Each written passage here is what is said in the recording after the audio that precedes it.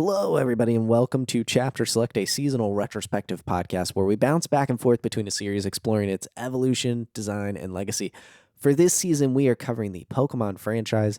My name is Max Roberts, and I'm joined, as always, by Logan Moore. Hi, Logan.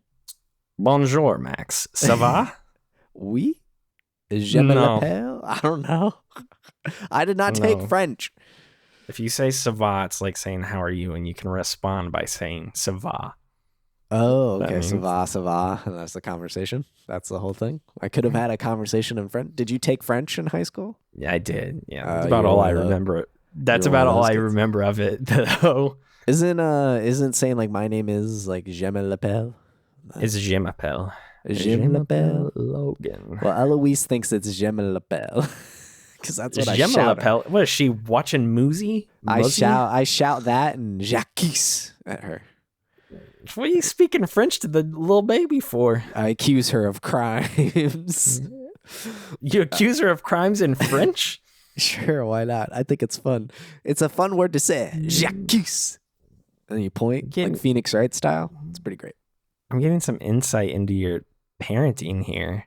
Yeah. There was a phase I watched Lupin on Netflix, which is about a French thief, and it's in French. So I watched it. Isn't that star Idris Elba?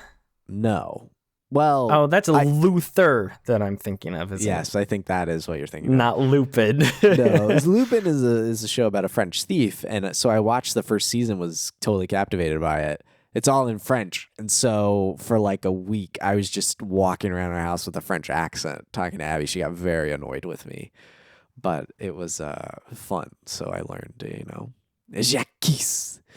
It was good stuff. It was fun. If you could not tell from this discussion here, this week we're talking about Pokemon X and Y, which have ties to France, which we'll get into in a bit with our guest that we have on this episode, which is our old buddy Tomas Franzese, who will be joining us in a moment. Before Tomas comes in, though, Max, why don't you tell the fine folks who want to get more Chapter Select content what they can do?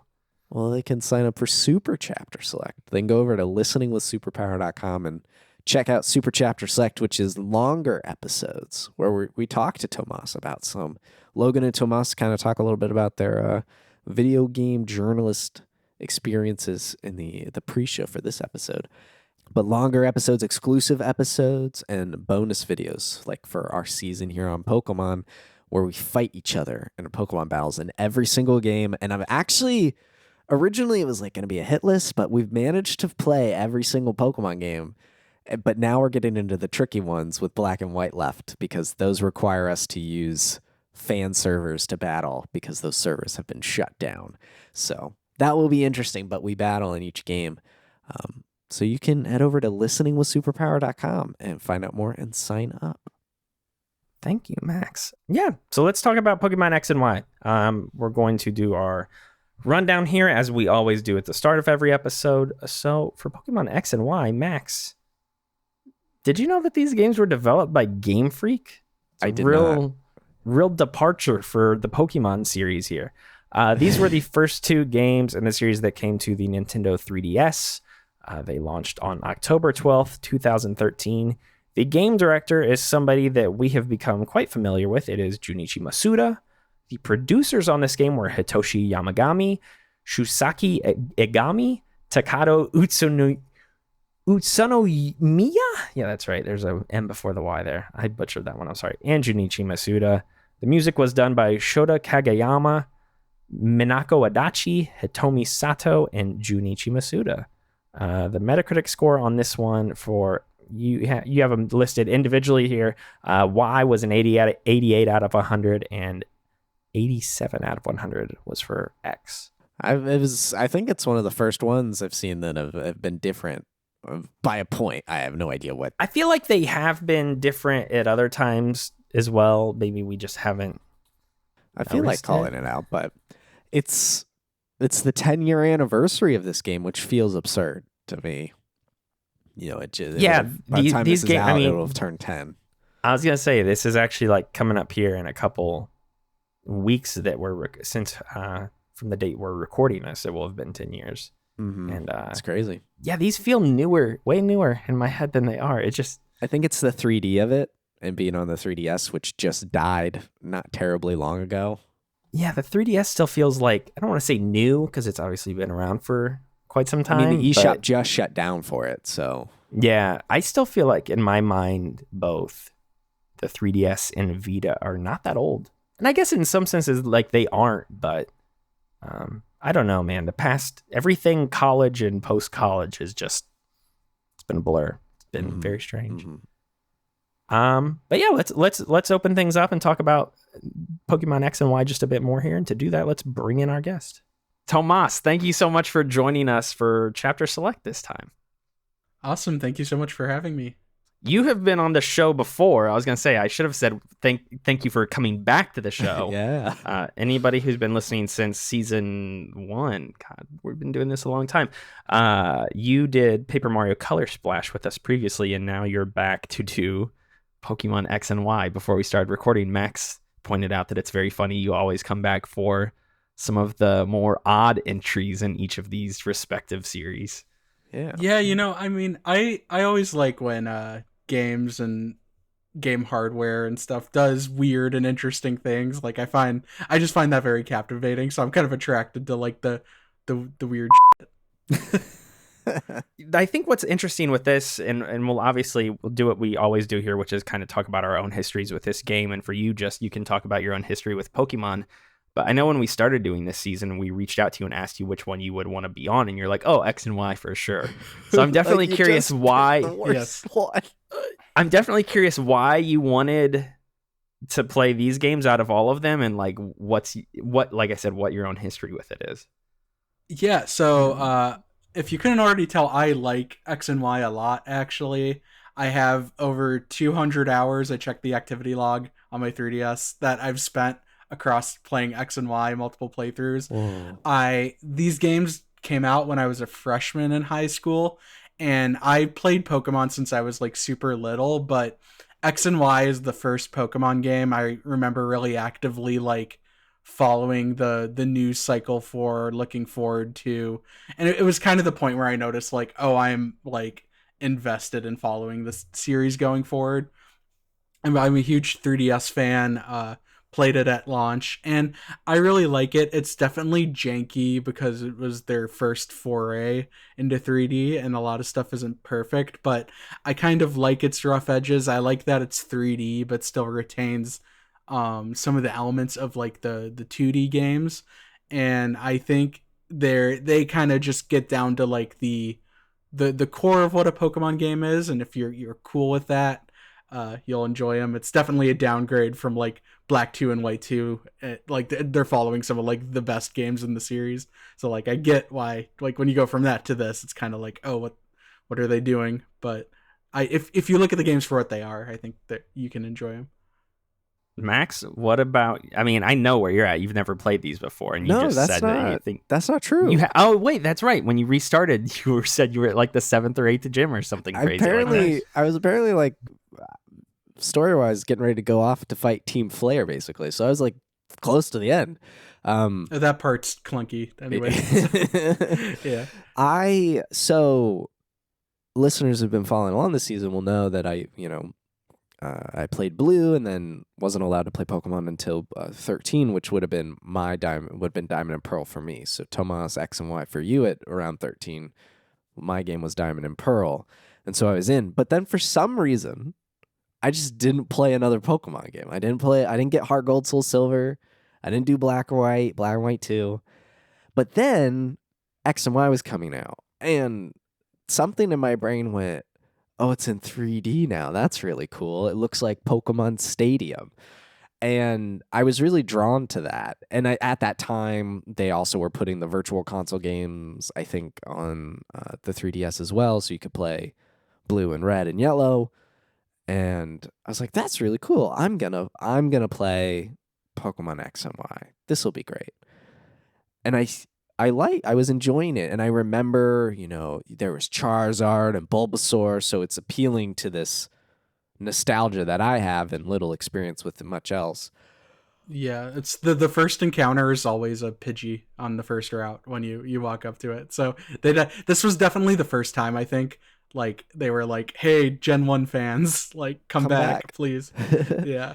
And it worked, but you know what? I don't remember a thing about this game. I was shocked at how far I got in the game when I did boot up my save to ultimately wipe it. I did pull out all the Pokemon I had and put them in Pokebank, but I was like some 15 to 20 hours in, and I just stopped playing. I couldn't tell you why. I don't remember getting this far. I was shocked. I can tell you why, because this game's not very good. Tomas thinks it's good. He's just 200 hours. That's no slouch. We can talk about it here. I mean, hey, I don't like Diamond and Pearl that much, and I played those games a lot. Well, so did you guys not play Platinum? That's like the objective right choice. Platinum is great. I think I played like half a playthrough of Platinum or something like that. As a kid, I played Diamond and Platinum and have regretted selling those ever since. For the show, we just did Brilliant Diamond, Shining Pearl because those were the most accessible to us.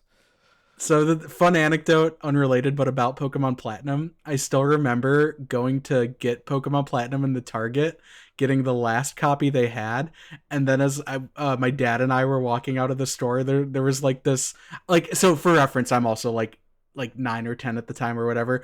There's like this girl who's even younger than me who's like walking in with her mom, like, I'm so excited to get Pokemon Platinum, and I knew I had the last copy. So you should have taunted her. Should have been like, "Look what I got." To suck, kid. Time to go to another store. Yeah, I still have that copy. So good for you. So I don't think this game is very good, but I do have like a certain fondness for this game, and it's mainly just associated. It's tied to what I associate it with, which is Grant Callahan, our friend of the show, who has been on this show. He's an Ultra Sun, Ultra Moon episode. So yeah, 2 episodes ago. Okay. I don't know. I can't keep track of everything between our other show, which is also like sort of dead, but not really. I don't know. Anyway, this game came out the year that you and I graduated high school, Max, 2013. Yep. Yeah. And so this was when we were freshmen in college. Mm-hmm. And I remember this was coming out, and it was coming to the 3DS. And growing up our whole lives, me and Grant were big Pokemon players. And he was going to college in Tennessee, and I was still at home in Indiana. And I was like, hey, I will come down when Pokemon X and Y comes out, and we'll get it together, and we'll like play it and experience this all together. And so I went down and I visited him at college, and I stayed in his dorm for like 3 or 4 days or something like that. And like the first night I got there, I think Pokemon X and Y came out, and like we went to Walmart at midnight and got it. And then we stayed up all night playing it, and like all day the next day we just sat around and played Pokemon X and Y all weekend. And that was fun, and I remember that. And since then I played through the game one other time, and I have no memories whatsoever of that playthrough. Like I don't know when it happened, or I couldn't tell you a single thing about that second playthrough of the game that I had. I just know that I did do a second playthrough at some point because my save data still exists on that file.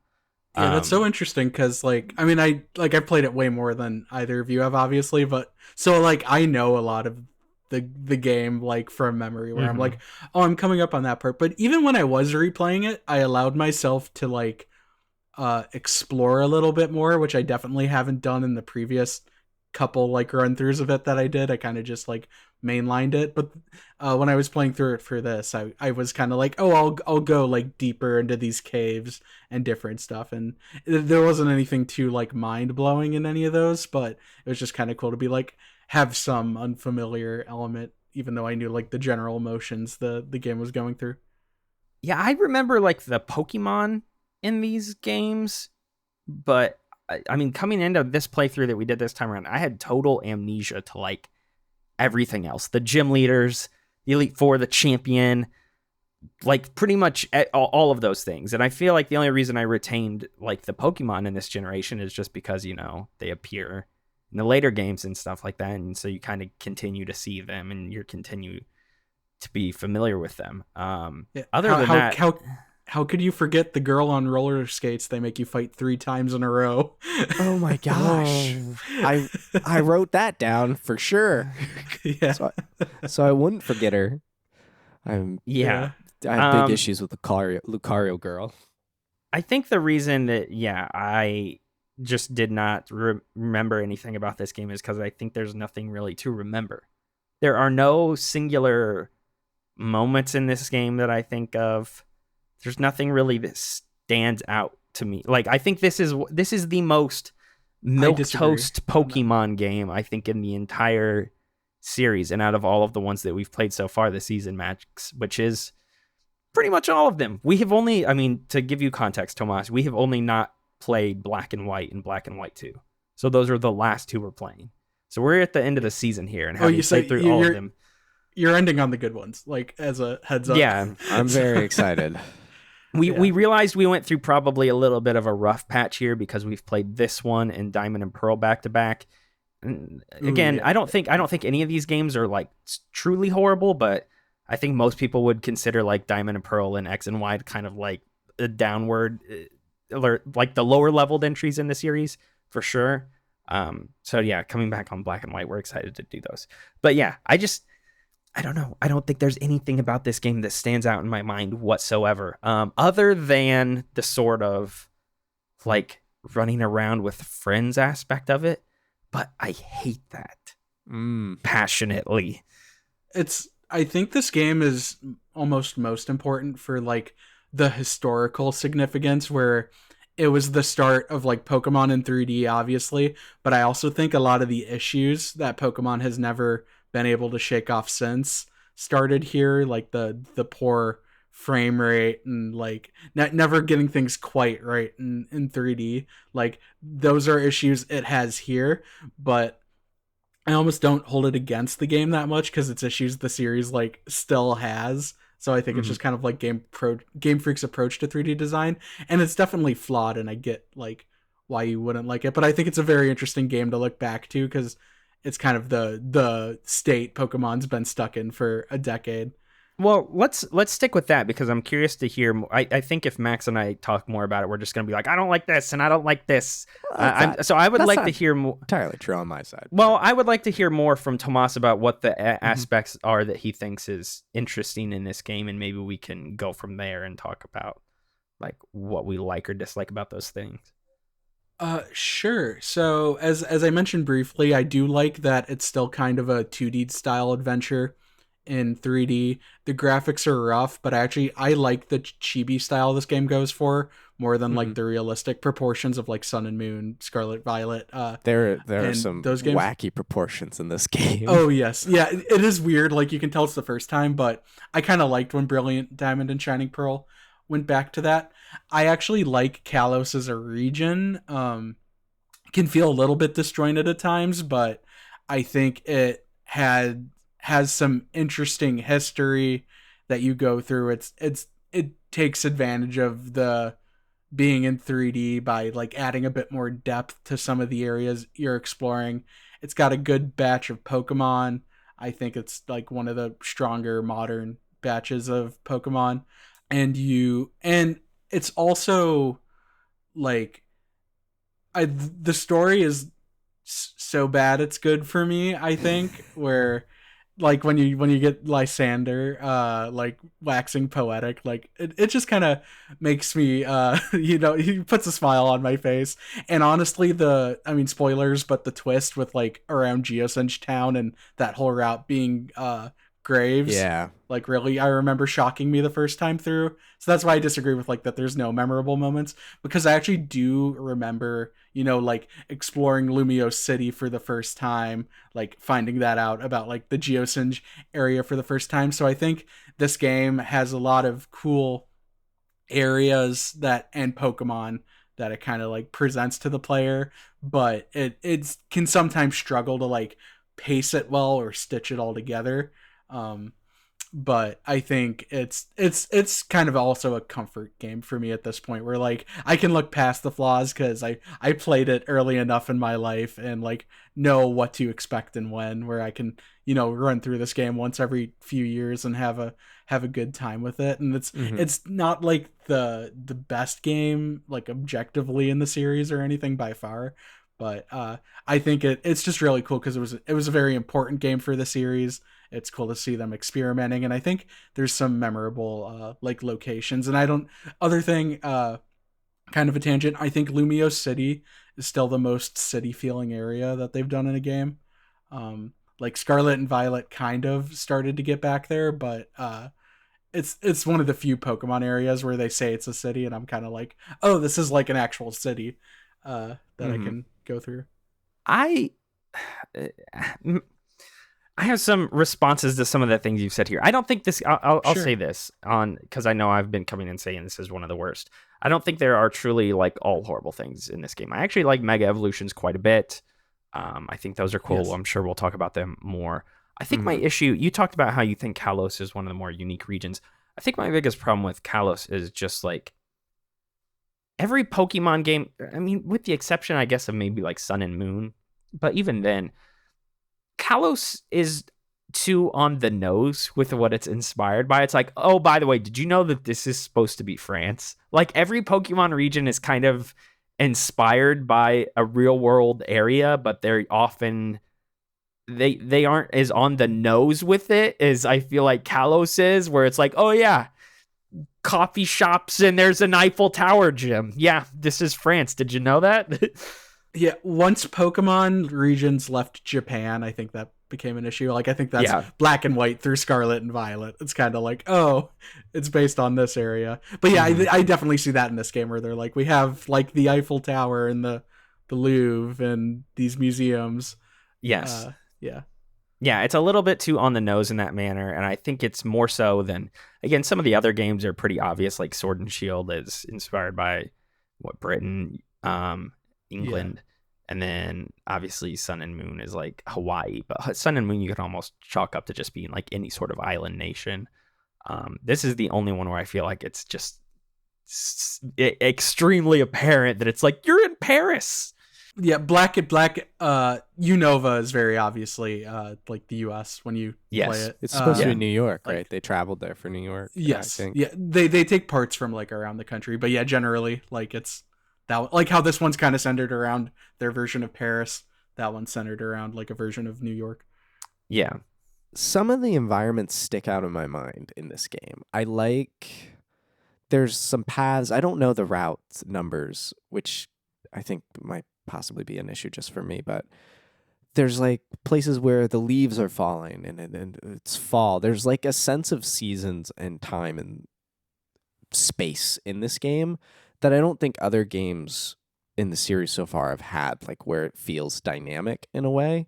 Not that it's changing while you're playing, but each area feels like a part of an English or French countryside. And then you got the coast and you've got these mountainous region over here.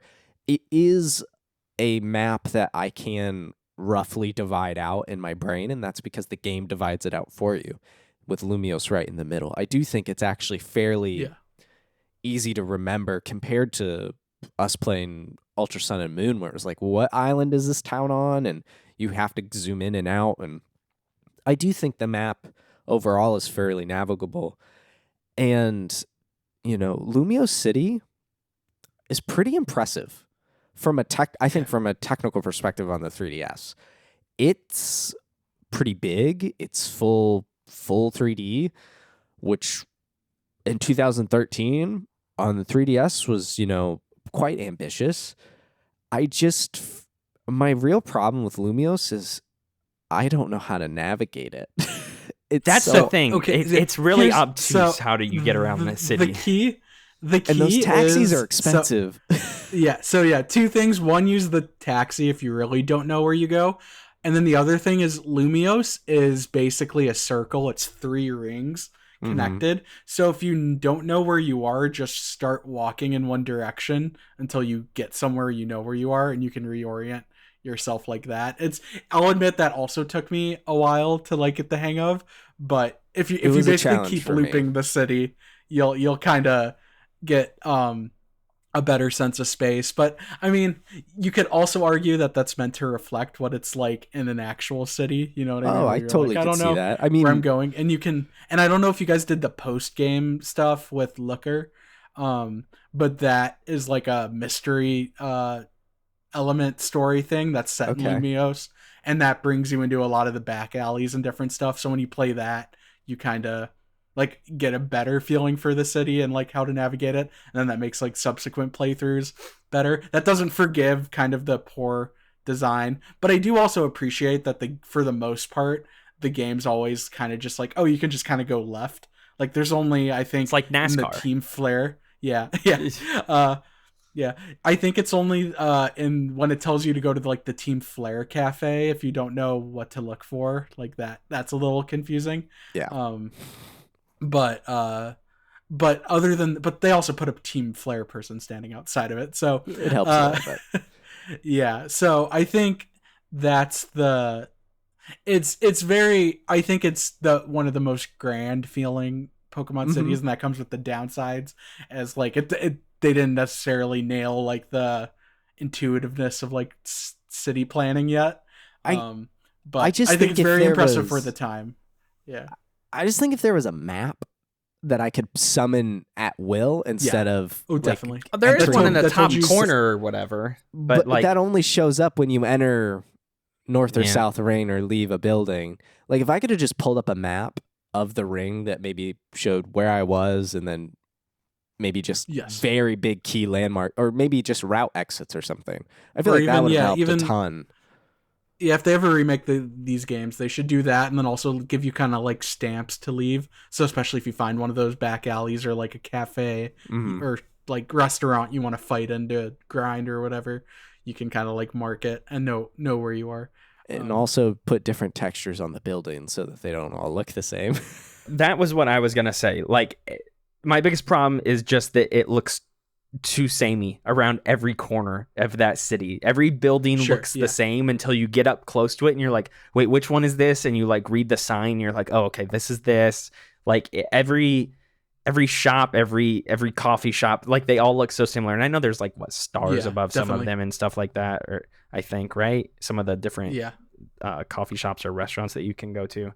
Yeah, but I think it just looks so similar, like in all the different corners. So yeah, a map would have been helpful in just more colors. It's so white in that city. I think that's where it exposes like that it was their first time doing something like that, and it's on like the 3DS in 2013, where I think they were kind of just like, oh, we'd rather just like make the important buildings look distinct and then kind of like copy paste the buildings for everything else. And I do think generally for like what you need to do in the story, like it's easy to tell where you need to go in the story. Maybe I'm not the best person to speak to that because I'm more familiar with it.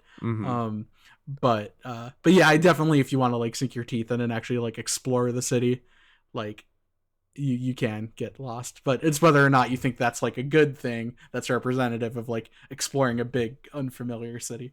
I wanted to ask you this, Max, because I know we're kind of you talked about how Lumiose City, like you were impressed with how that was able to run on 3DS. What did you think about the rest of the game in terms of performance, though? Because I know we've talked about this with the other 3DS games, and you're like, oh, the performance is really bad. I'm like, well, I'm pretty sure like X and Y is like worse. And in some ways it is at all. In some ways it is, and in some ways it isn't. I think all the 3DS games are actually at pretty equal parity in terms of rough performance. Yeah, in battles, definitely. Like all the 3DS games are pretty bad. Like, and I had a Florgus who could do like you and me both. Grassy terrain. Yeah. I think was that one? That one might have been named Max Roberts. Wait, that was never mind. That wasn't. Whenever any sort of terrain would show up, which was like a new mechanic this game introduced, like the frame rate dropped to like 10 a second, and then if you use a move that has a ton of particle effects, like this was definitely where, you know, kind of the like all of the technical experience that they had spent years crafting. Like Black and White 2 is like an outstanding looking game for like the Nintendo DS in 2012. And then you can tell it's their first time in TV in 3D because it's not optimized. And even as someone who enjoys the game, like I still replay it and go like, oh, this like does not run well at all. But it's just interesting to see like a first outing like that, and you see where they still have room to improve, and they still have room to improve in 2023 in terms of performance and visuals. That's what I meant earlier when I said it's kind of was. I consider X and Y kind of the start of like the modern era for Pokemon. It's the Snowball, because it's like, every game since X and Y has like been like X and Y in some way, in strengths and weaknesses. So it makes this, I think, like even if it's like a pretty divisive game, like it's a pretty important one. This game doesn't run the best, and that's not a terrible surprise given the other two 3DS games that we've played, just given our order of this particular season. But I think why I appreciate it a little bit more here is they really went for it. There was, it almost feels like Game Freak felt like sky's the limit with 3D potential here.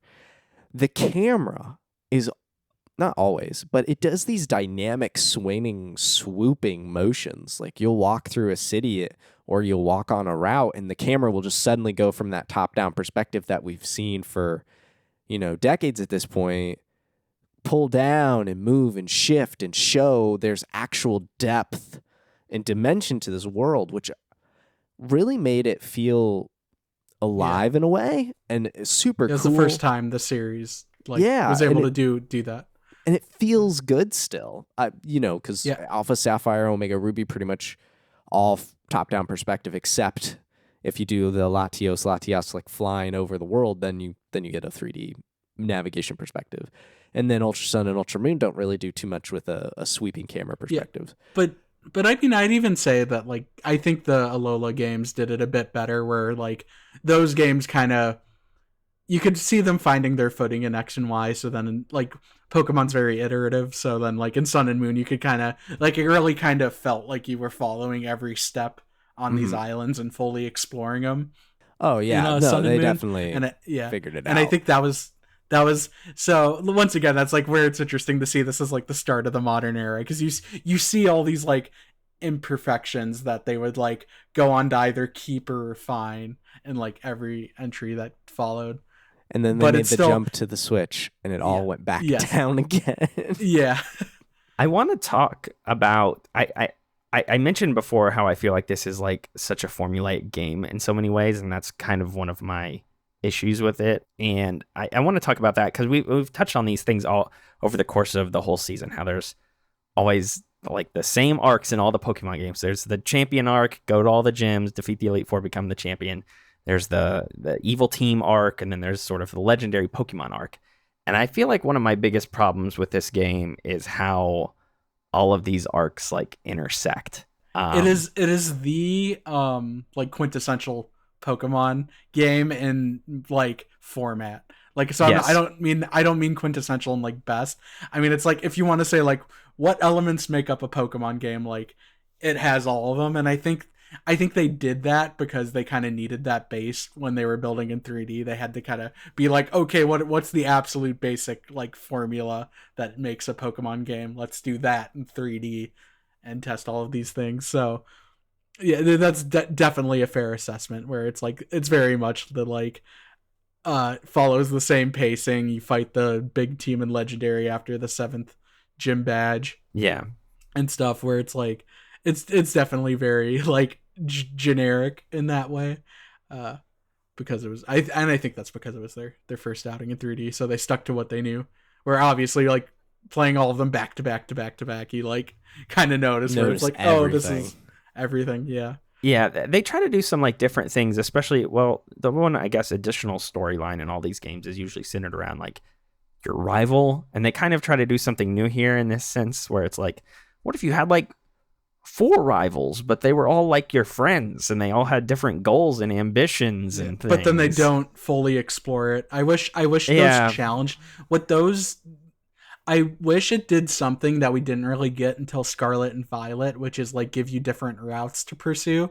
Like I think it would have been interesting if it was kind of like, oh, you can go and follow Serena's rival path for like the traditional gym leaders and champion. If you wanted like catch Pokemon, you can like follow like Trevor's path, and then if you want to do some like dancing mini game or whatever, you follow Tino. I was gonna say one of them is just literally I want to catch Pokemon that dance. It's like he's just like, I'm here to have a good time. That's a cool game. And then and one thing kind of, and I think the game almost could have done that, because one thing I do want to note, this game is the one that introduced finally you get experience for catching a Pokemon, which I love because that encourages you to catch them all finally. This is the first Pokemon game where I feel like there's like a good reason to go out and try to catch as much as you want. Like at this point on this playthrough, I really wasn't, but I know in like my first couple playthroughs on pretty much every Pokemon game since, like I do actively like catch as many as I can on the first run now, because it gives you that feedback reward. And we can talk about how this game handles like its level cap and experience, but like it is good that like that aspect of the game feeds back into it. And I wish the rivals kind of did more, and you can't name them either, which is weird. Where I remember joking with my brother. So the game came out in 2013, and I remember joking that we wanted to name them after One Direction back then. And then we were like disappointed when the game came out, and we were like, oh, we can't like be. What did you have them call you? I need to know this for both of you. God, I forget what they call me. I have the 3DS here. Shauna might come out and speak to me afterwards. My name is Max Frequent. I had them the podcast. I sent this to Max. I had them call me Big Donger. And so the whole game they're like, "Hey Big Donger, let's fight." I don't know why. I'm perennially 12 years old. I chose one of the pre-selected names. Oh my gosh, you're uninventive. Big M. Yeah. Okay, 1 sec. I'm about to see what they call me. I chose Meister because I didn't know it was going to have a stutter every time that they. Oh, you know what my nickname is? I forgot of this joke. Content. Hey, content. Yeah, content. That parade was so great. Said to me. So yeah. Yeah. I mean, I think that's fun. Like, I do like the idea. Like, Shauna, I think's the one they develop the most, where it's kind of like you can nitpick the quality of the writing, but we're like. I see what they were going for. It's where it's like, oh, we want you to have this group of friends that you're like on a journey with. And they don't execute that perfectly, like at all. And I still don't think any Pokemon game really has. I think it's a very interesting idea to kind of see those character arcs and how they evolve over the course of the journey, and how they all are kind of pursuing different things. So once again, I'd love to see a remake of this that like fleshes those things out and is kind of like, hey, let's give you different paths connected to all these people, so there's like a bit more depth to that journey.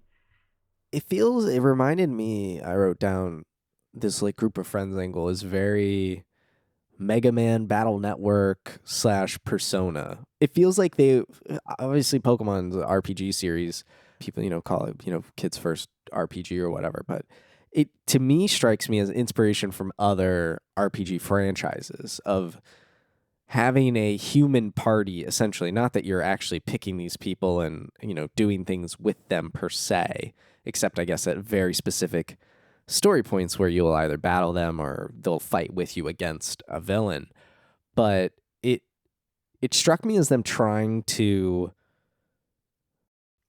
tell a story, and my understanding of Black and White and Black and White 2 is there's a pretty good story there. So I don't want to, but I don't really know what's going on, so I can't speak to that. But this, there's one character that's written very well, and the rest of the game. Are you talking about N? Yeah, okay. And N has like 3 good dialogue exchanges that everybody loves. Okay. Well, I'll just say I booted up Black the other day to to prepare for that, and like I forgot how that opening cutscene is, and I'm like, oh, okay, this game, like the opening video that plays before the game, yeah. And I was like, okay, I forgot how this game is. This is good. It's just got a much more distinct vibe. Black and White starts very slow. This game, I do feel, gets like pretty into it fairly quickly. I don't totally disagree with that one. Oh, I can't back that one at all. I mean, you do get. I will slog up front. I do think you get your Pokemon very quickly, and you are kind of off and running. Yeah, that's what I mean. But okay, that's what I mean. There's that huge gap between the first and second gym. That's yes, if that's what you're talking about. Big gap from gym 1 to 2. No, and then there's a big gap from 2 to 3 as well. By the time I got to the third gym, I think my Pokemon had already like leveled up further. I think my starter was at its final form by the third gym. I was like, oh my, this is weird. Yeah, so this is a thing that I also think was an issue in Sword and Shield, where it feels like they put a ton of work into developing the paths to the first 3 gyms, and then after that are like, we got to finish the game, and then go like 4, 5, 6, 7, 8 really fast. And so yeah, you definitely feel that in this game. Like I remember like my first playthrough, it took me like 12 hours to get the first 2 badges, and I remember being like, oh wow, like is it going to take this long? It's a 100-hour video game.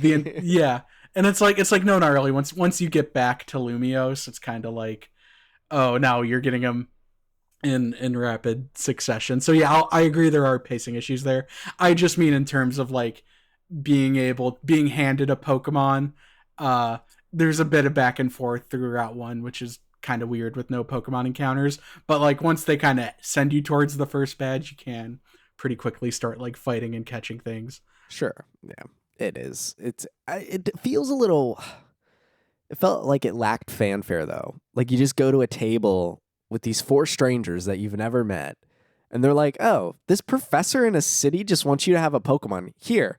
Now let's go meet him in the city and make a Pokedex. Like it just feels like we the player know what we're signing up for, so we're like, yeah, let's go. But your character in the game just moved to this town. These strangers are like, you've got to come with us. And then your mom's like, hey, why don't you go out and meet the neighbor? And it's like, okay. And then I mean, all the games are kind of silly in that manner, where it's just like, I'm going on a worldwide adventure. Goodbye. But this one particularly is like, okay, we just got here. Oh, the neighbor kid's out. Oh, you met 5 people and you're going on. Okay, goodbye. Like you joined a gang. Yeah, you joined the gang within like 5 minutes. This strange man in the big city wants to recruit children to go around the world and do research for him. It just feels a little odd. Yeah, it's all of the Pokemon games have this weird balancing act where it's how much do you front load it narrative wise, where it's like you have Sun and Moon on one end of the scale where it's like takes forever to get going, and then you have like the originals where it's kind of just like, hey, like dude, like here's a Pokédex, get going. And so I think it's always interesting because like I'm someone who would prefer to kind of be thrown right into the action like that, so I don't necessarily mind the means to how they do it as much. And like I said, if the friends angle had been done a bit better and more convincingly, then like I think they could have adjusted it so you like knew one of them or something, and they were like, oh hey, go find your friend who's also moved to Kalos, and then they're like, hey, I saved a Pokemon for you, pick one. Like so that kind of angle might have been better, but I tend to not try to nitpick the narrative in these games too much because they're not very good. Yeah, I mean, we've talked about that a lot over the course of this season. Like at the end of the day, it's a Pokemon game, and we know that. We're not comparing it, to God of War or Red Dead Redemption 2 or any of these things. I don't know about you, but I am. Come on, guys. I mean, there are ones in the series that are clearly better than others, though. Sure. Oh, definitely. One thing I will credit this game for, though, like in regards to like the professor stuff, is like, yes, it's weird. Like, go find this man in a city and do his research. Go find the French man on the 3rd floor. Yes, skyscraper. And he's like, "You found me. Now fight me." And then he immediately unleashes Pokemon against you. I will say, like, this is one of the games that I think the professor has like a goal for you, and he kind of sends you out on this journey, and it kind of ends up being like a major through line through most of the game. compared to some of the other ones. Like I think about like Heart Gold and Soul Silver, where Professor Elm's like, we're trying to figure out what's up with eggs, and then you figure out what's up with eggs like 3 hours into the game, and then he's like, okay, well, I guess that's it. Goodbye. Yeah, so like at least like the mega evolution stuff and the professor and the research part of this has like a little bit of a longer and larger narrative push, but yeah. I love how over the like flamboyant it is, because I think that kind of plays up the French thing, where you just look at like Lysander and you immediately know everything about that man the moment you see him. Same thing with Sycamore and Diantha, where it's like I think they had some fun with the archetypes. I think. Yeah.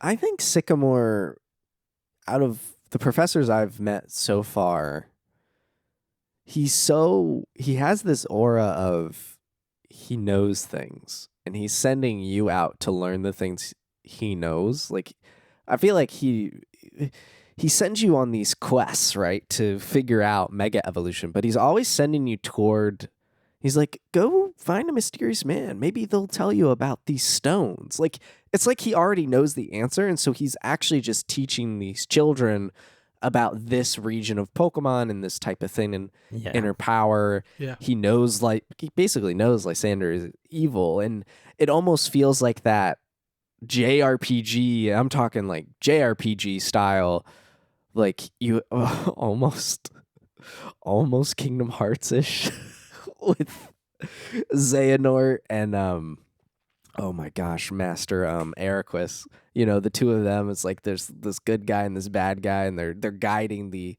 young students towards something in a way. But you know, he tries the to annihilation of the planet. Yeah, but he's trying to help the bad guy a little bit. I found that kind of cool. Yeah, there's a conversation after you beat Lysander too, where he's like, "Yeah, maybe I should have done something about that, but that's my choice." He's just kind of like, "Oh shucks, darn! I'm sorry, I introduced you to this evil man who wanted to destroy the planet. My bad." But he also feels like he knew I gave about you that Bulbasaur, like he knew about the giant man, the 3,000-year-old man. He's like, like he's not. No one's surprised that this guy's the creator of the ultimate weapon. Here's my game theory. He's the real villain of the game. It's interesting. I think it's kind of cool for a professor to be all seems to have more wisdom and knowledge than just the what's up with eggs, you know, or I like Pokemon moves and I'm a luchador by night. I think this is cool. Sycamore's a cool guy. I like the luchador by night. I mean, he's cool. Starting with Gen 5, I do think they took a more active effort to like make the professors more active characters in the narrative. Because like Juniper is, Sycamore is, the luchador guy you guys mentioned is. You got like Kukui? Kukui. I haven't played those in a bit. And then like Sonia and her grandmother in Sword and Shield.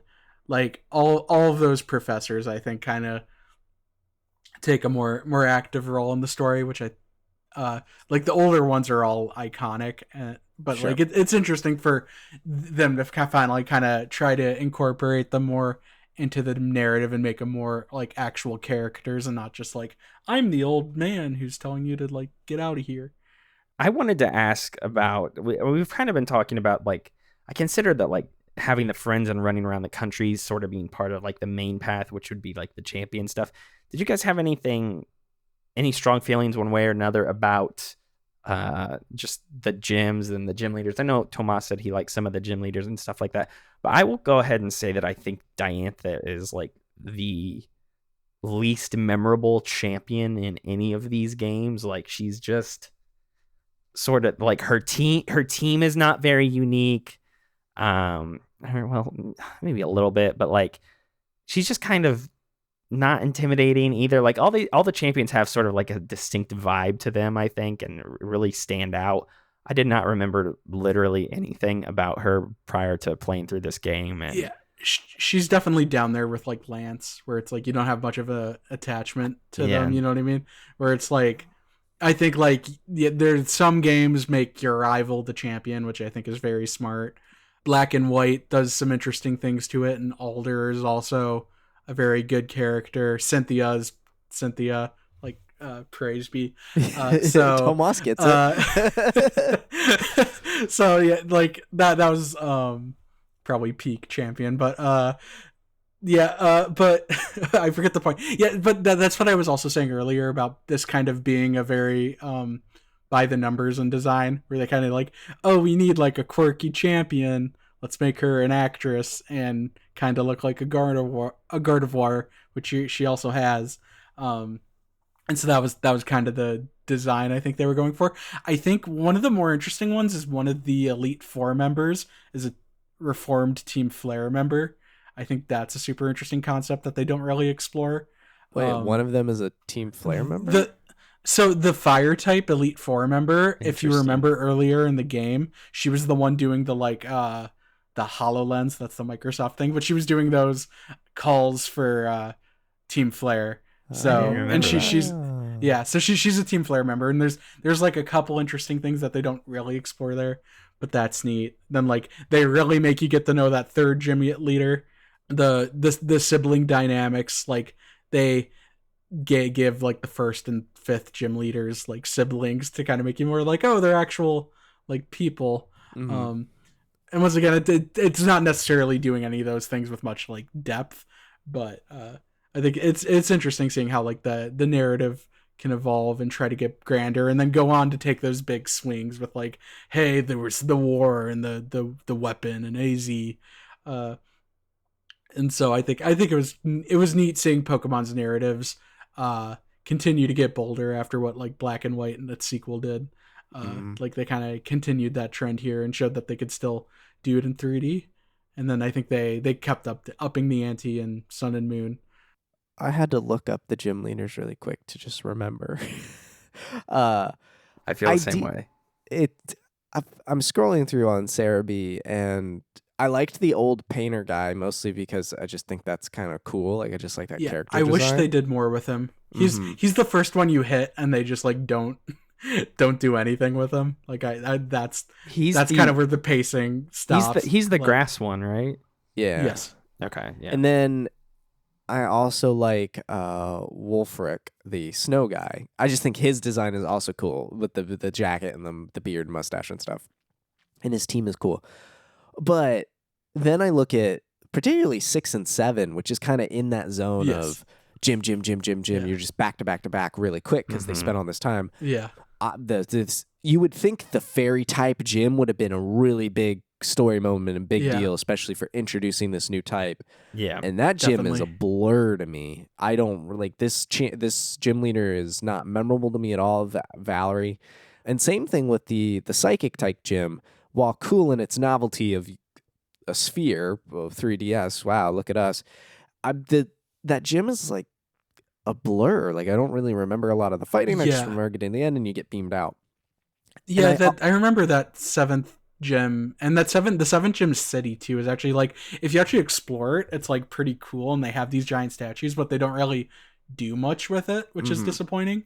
Where it's like, yeah, I think that's where they probably could have used more time or ran out of time when they were designing the game. Because like maybe the fairy type gym leader should have been a bigger deal and more of a character, so you can kind of ease players. Like you could meet them early on, and they could like introduce the fairy type to you, and then like you can finally go and challenge them instead of just being like, oh, I'm in a dollhouse and I fight a bunch of like fairy type people and then I leave. And the story stuff's completely separate. Like she didn't even help with the Pokeball factory situation. I think that's where you could tell they were just kind of like, oh, we need 2 more gyms, so let's like fit them in. It's just it was kind of funny to me how they kind of just sort of glossed right over the fairy type inclusion to some degree. Like there are some people within the world that are like, oh wow, with the recent discovery of fairy types, it's completely changed everything, and that's sort of it.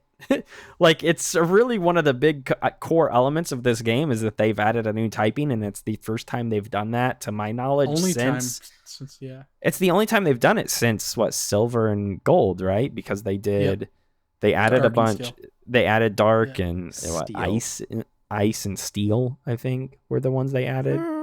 I think was Ice Dragon was Abbey? in- Ice existed, was in- I think. Was Ice Ice was existed? in blue. Had Ice existed? Okay. Because you had Lapras and Jinx in Gen 1. Okay, Yeah, and that's you right. had to have a way to beat. That's right. No, Lance. you're right. You're you right. had to have something. You just fight him with his own dragon types. Yeah. So fairies inclusion is a really big deal, and I want to put a pin in that though because we'll come back to that. I wanted to though the other two aspects. Let's save Team Flare. We've been talking about a lot of the story stuff and how this unfolds.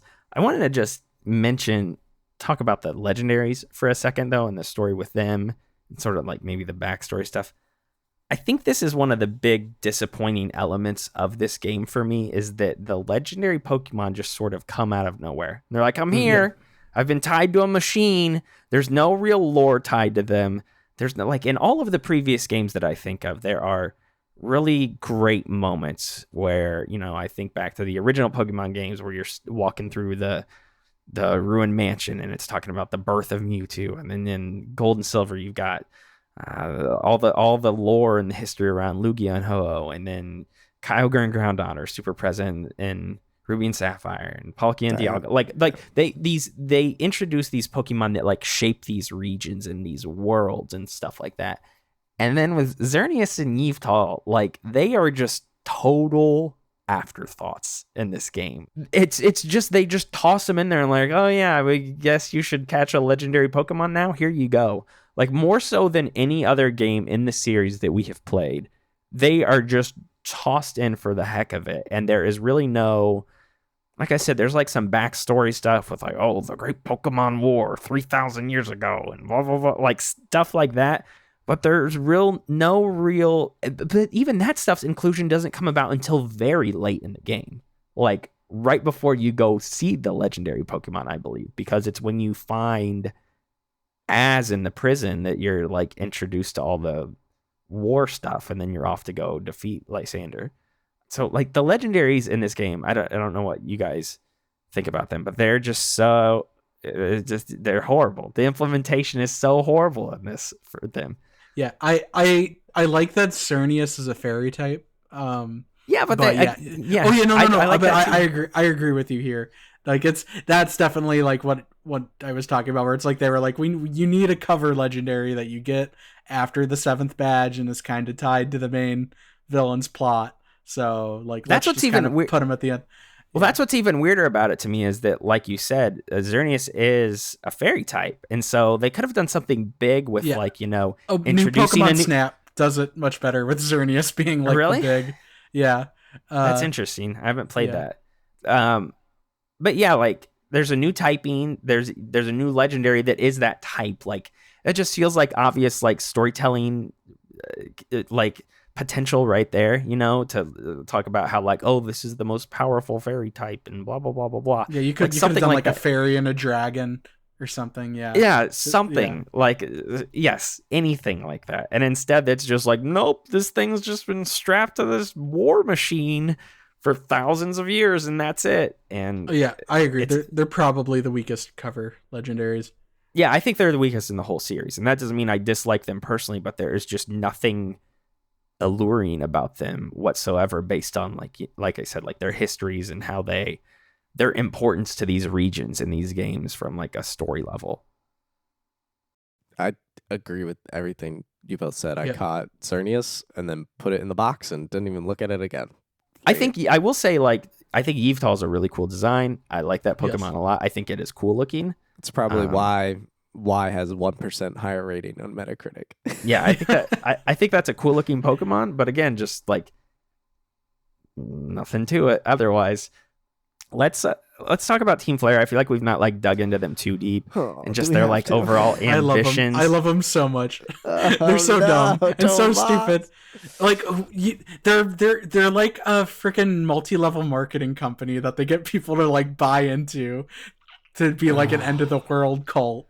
And they're led by like Jared Leto on steroids, and then he's so obviously evil, no one notices it, and then he's just like, haha, screw you all, I'm gonna kill everyone, and then it's up to like 5 freaking kids to go save him. Like it's so dumb. Then he attaches Doc Ock arms to himself. Yeah, it's so dumb, but I love it. Like this is like I said earlier, that's so bad it's good kind of Pokemon plot where you just kind of like you laugh at any time a Team Flare person shows up. So there isn't anything like where like Cyrus was pretty intimidating with like Team Galactic and stuff like that, or like Giovanni, like you feel like you're fighting a mafia boss. Like that's not here, but I think in kind of the like Saturday morning cartoon, like here's Team Flare and the dancing guys, they're gonna get you. Like I just think that's really like dumb fun. It is dumb fun. I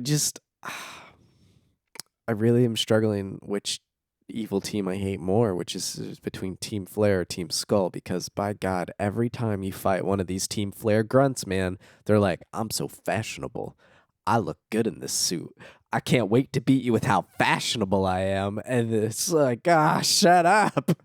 Team Skull is based, so I don't know if you played the original Sun and Moon. They're pretty based in that game. Oh, okay. They're better. Sun and Moon, I think, is a better game than Ultra Sun and Ultra Moon. Yes. Like, personally. Team Yell has like an interesting story angle and twist that I think is very interesting. Like Team Flare is funny because it's like it's one of those quintessential elements where they're like, oh, we need the team you go up against, and instead of trying to make them like intimidating or that like deep and interesting, they were like, what if you were going up against these like, I don't know, like very like fashionistas, fashionistas, like I'm rich, so I should survive the end of the world, and you're poor and not fashionable, so you should die. Like I just find that fun.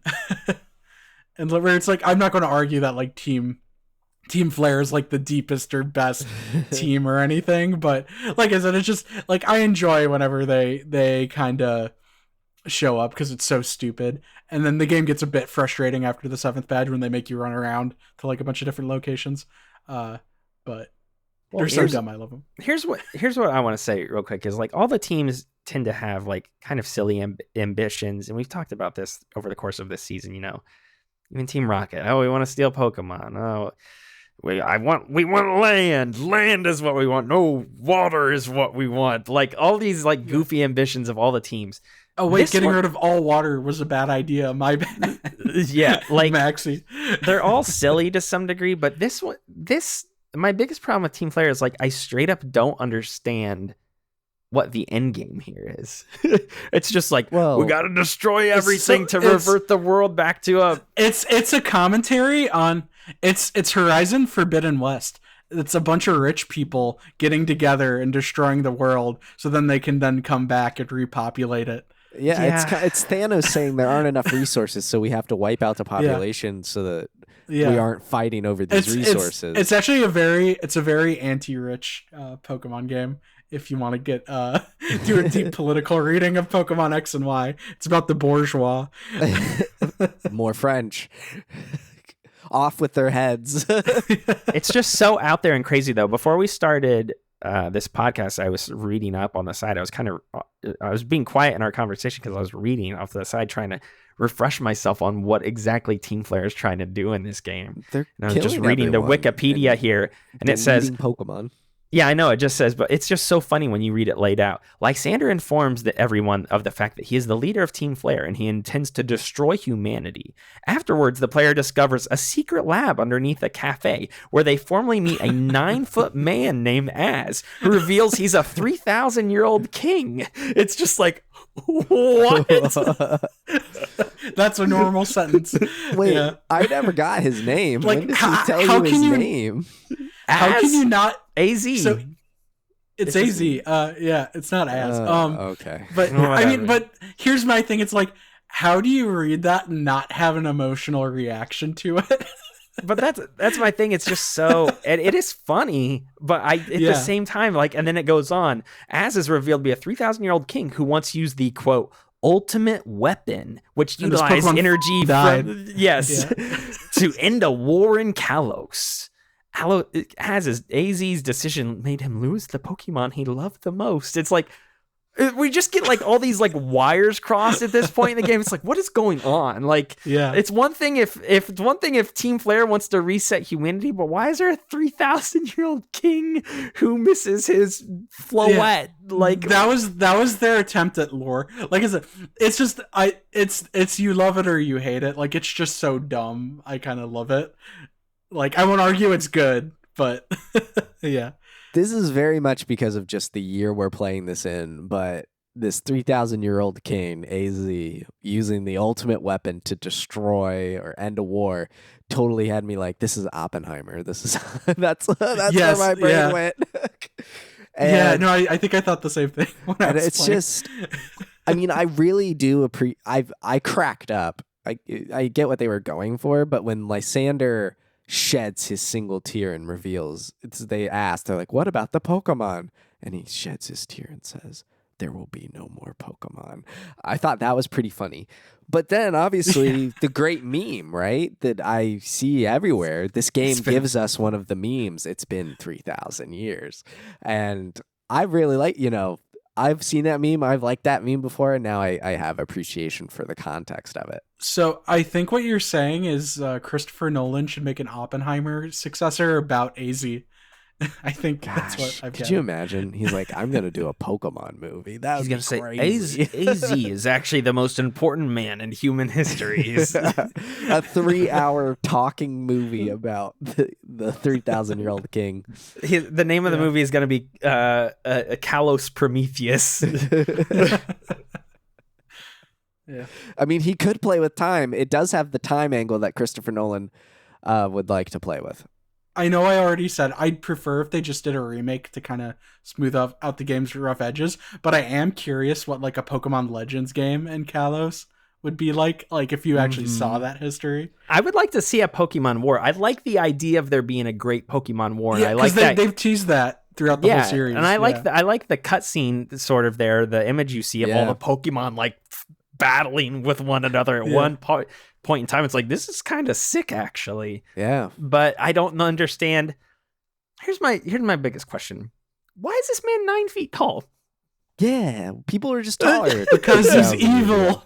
He's evil, and that makes him big, and he's got to be intimidating to these small children. It's purely physical, so they can frame camera shots where he's like bigger than these children, so he's more intimidating. That's the only reason he's 9 feet tall. It's just so funny that like I don't understand. They never try to explain how he's still alive. They And never no try one to is explain why shocked he's 9 when he feet. walks up on that parade either. And he just, my favorite thing is his animation where he throws his Pokeball out. He just kind of like underhand just drops it in the floor. He's just, there we go. We're going to fight. Here's a Torkoal fight. Fight. It is, he's very goofy. Lysander's very goofy. The game is just goofy. His arc too, AZ's arc, like being the final moment of the story with, it's been 3,000 years. And then That it ends. was It's cool. like, well, I was going to say it's not cool. I was going to I say like the moment. I was like, because after you beat the champion, I put my DS down. I'm feeling good. And then they do this parade thing. That's like, there's one more battle. I was like, this is really cool. The battle was easy. Yeah, but yeah. It was that cool. part, I like that idea of there being a fight after the credits. I guess more what I'm saying is like, I don't like his arc. The conclusion of his arc is like the epilogue, and it's like, dude, I just met this guy after the 7th gym. Like you have no like, you have just such a cursory knowledge of who this dude is, and he just shows up. And you're like, there's this tall man on a prison cell, and then I don't know. It's supposed to be this still like probably the best written scene in the whole game, though. So it's not saying much. It's supposed to be like this, this emotional payoff, and it's absolutely not. Yeah. Oh yeah, that's the thing where like, he could have. It would have been cool if he was more involved with your journey, and he's like this older guy helping you. Maybe if he was the Pokemon professor or something like that, would have been The professor's 9 feet tall, or if he was like the Mega Evolution Guru or something. I think they could have gone further with that and like incorporating him more in the story. Well, let's talk about that because I actually wanted to talk about Mega Evolution, and I want to start dipping into the mechanics and and some of the like new gameplay implementations here. Let's start with Mega Evolutions, which I know we have played previous games in this series, Max, which have included them. Just Omega Ruby and Alpha Sapphire, I believe. And Sun and Moon. So it's not necessary. Yeah. I think they were supported. They weren't new ones, but they were supported. It didn't put it in front of it didn't put it in front of your face as much as this game does, obviously.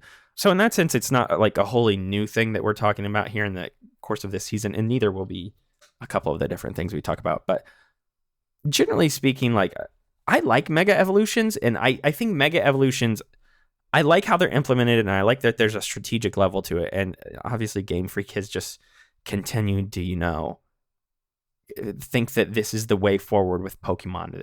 Oh, Mega Evolutions were great, so now we have to do a new mechanic every game. Yeah. Terastallization, and what are the giant tall Pokemon called? Dynamaxing. Like Mega Evolution has paved the way for these other things, and I kind of hate that because I think Dynamaxing and Terastallization sucks, or it's just not as interesting. It's interesting because terrestrialization's kind of like you're just making your Pokemon more powerful. Like it's neat to unlock like more powerful Pokemon with like different abilities, sometimes new looks. And I think it was an interesting layer. I remember in the lead up to this game and to Omega Ruby and Alpha Sapphire to be like, oh, which Pokemon are they gonna like power up like that? And yeah, I think it's a fun gimmick to like reward players who choose specific Pokemon to open up new gameplay mechanics, to possibly give some worse Pokemon new avenues to be better. I mean, most people I think use the good ones like Blaziken and like the Kanto starters and Lucario, and like those are all obviously good, but I think it's a very interesting mechanic to kind of when you have so many Pokemon to kind of go back and revisit them, and doing the like alternate forms that they've done since is also like a neat approach. But I do think it's cool to kind of be like, here's a way to do like a fourth evolution, even though like we don't want to actually do that. Like, here's a way to think about like, oh, maybe you should have one Pokemon on your team you could power up, or do a whole team of it and then decide who you need to power up during a battle. And it's definitely one I wish they explored for more than like 2 games as the primary focus. Sorry to jump in before I know you're going to talk, Max. I just want to mention too, that's what I like about it, is that it makes sense within the context of Pokemon that there's like a further evolved form beyond what Pokemon you think they can max out at. Like, oh, Charizard can't level up anymore. And it turns out, no, there is one step beyond that. Like, it makes sense that this mechanic, like Terastallization is dumb because it's just like, I turn into a big jewel and I attack stuff. It's like, what is going on here? I mean, like, it's a type change, which is Terastallization. It's a tower. Yeah, but I guess what I'm just saying is like, it doesn't. Yeah. It makes Mega Evolution makes more sense because evolution is already intrinsically part of Pokemon, whereas your Pikachu turning 300 feet tall doesn't make as much sense, or something like you know what I'm saying? Yeah. Like, it's just like the Gigantamaxing or whatever it's called is like that felt like a worse version of Mega Evolution to me, where it like wasn't as interesting to do. I think Z moves were an interesting evolution of that idea with Mega Evolution, where it's kind of like you have these special Pokemon, now let's take a move like Splash and make it useful actually like as a Z move. And so yeah, I do think there's more potential here. I would like to see them revisit the idea of Megas. I know that might not, I think it's actually a bit of a controversial opinion for Pokemon fans, but like, yeah, I think it was like a neat new idea. It gave them, and it was also another way for them to kind of attract the fans of older Pokemon, because it kind of could be like, oh, you can come back, get like a Gen 1 starter, get Mewtwo, and then you have like new forms of these old Pokemon that you know. And I think that that's to keep older fans entertained. I think Pokemon needs an element like that, and I think Game Freak now prefers to just do that with new regional forms instead of like Mega Evolutions. But I do believe that like Mega Evolutions and Z moves are kind of better gimmicks than like the maxing out your Pokemon and like terrestrializing them. Absolutely. I remember Mega Charizard X and Mega Charizard Y being all over this marketing for this game. And it's interesting, Charizard's the only one out of those Gen 1 starters that had X and Y forms of that Mega Evolution. I mean, Mewtwo did too. Yeah, I wish they did that more. That's like another neat thing. Because that's like, a cool. I think that's an interesting way to differentiate between the two versions. Is have a unique form. Yeah. Mega. Yeah, that or they could have done like a Hitmonchan thing where it's like depending on like your Pokemon's IVs and EVs and certain stats or something, like they could have formed like there's still a lot of room, I think, for them to explore that idea that they just like didn't do. Yeah. Megas was cool mechanically, thinking about it. Just, how do you get this? Here are these stones. How do they use it? Some do change the typings. It increases stats in some areas, but then lowers them in others. I just didn't use it very much in my main playthrough of the game because the Pokemon that I wanted on my team to Mega Evolve, which was originally a Garchomp and then it was a Medicham, those stones don't get unlocked until the post game, and you have to update or upgrade the Mega Ring.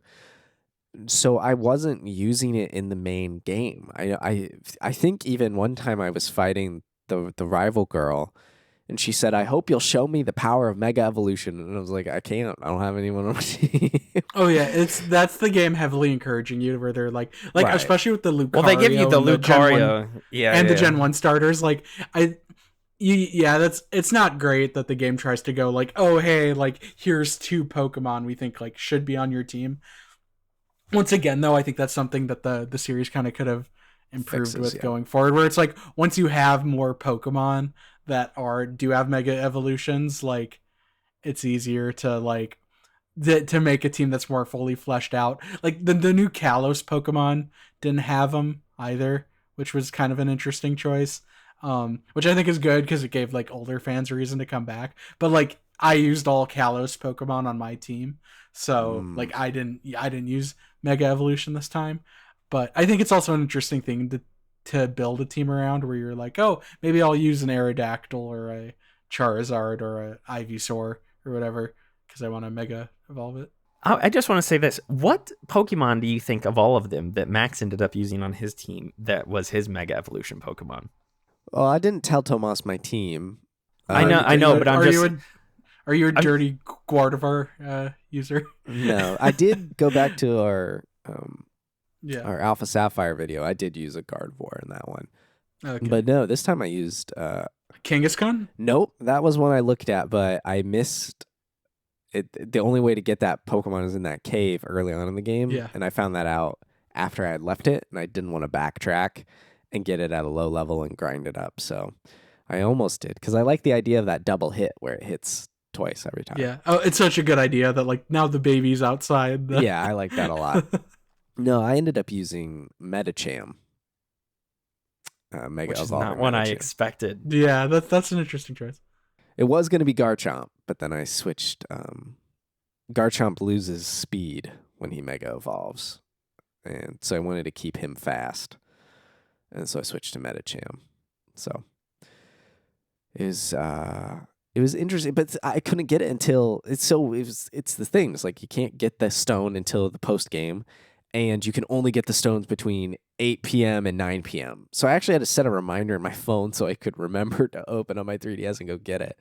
So it just wasn't a mechanic I got to use a lot. That's weird, but it's also fun. I think the game's post game content is pretty poor in general. Yeah. Outside of there's the Looker thing, which is cool, but that's not really like battle gameplay.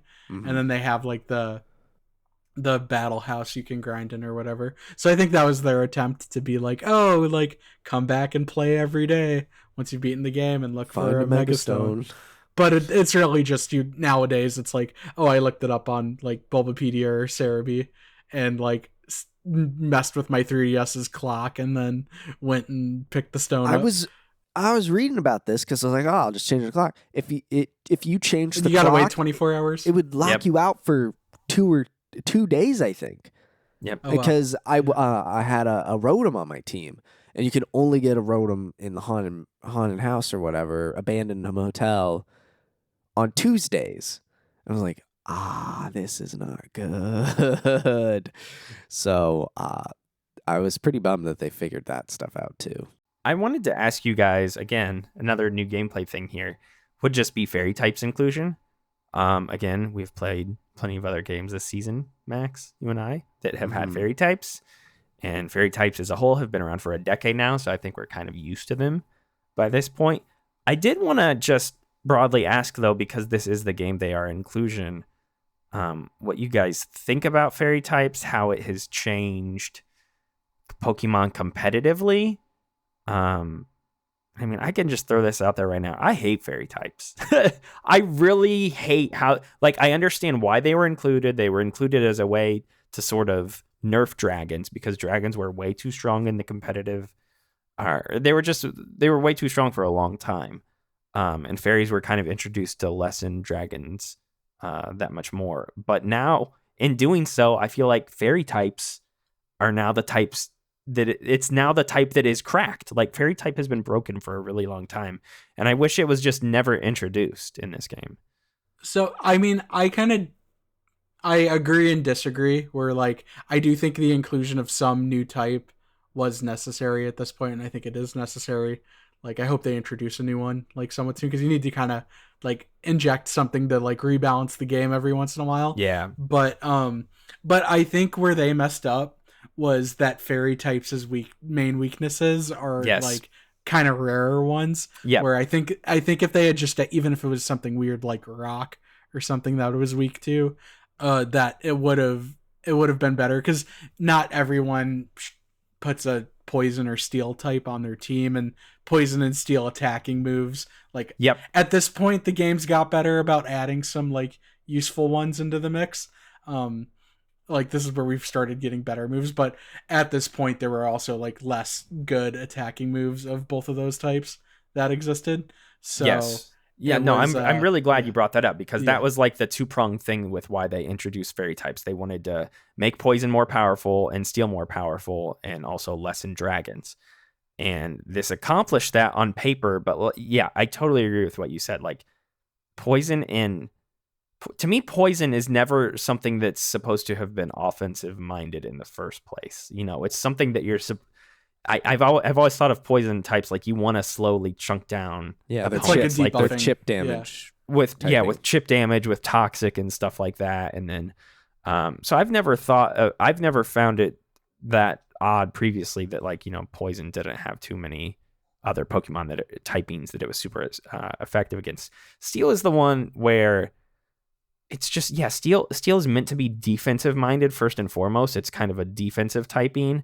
And there's not many abilities or there's not many attacks like offensive powers that are good.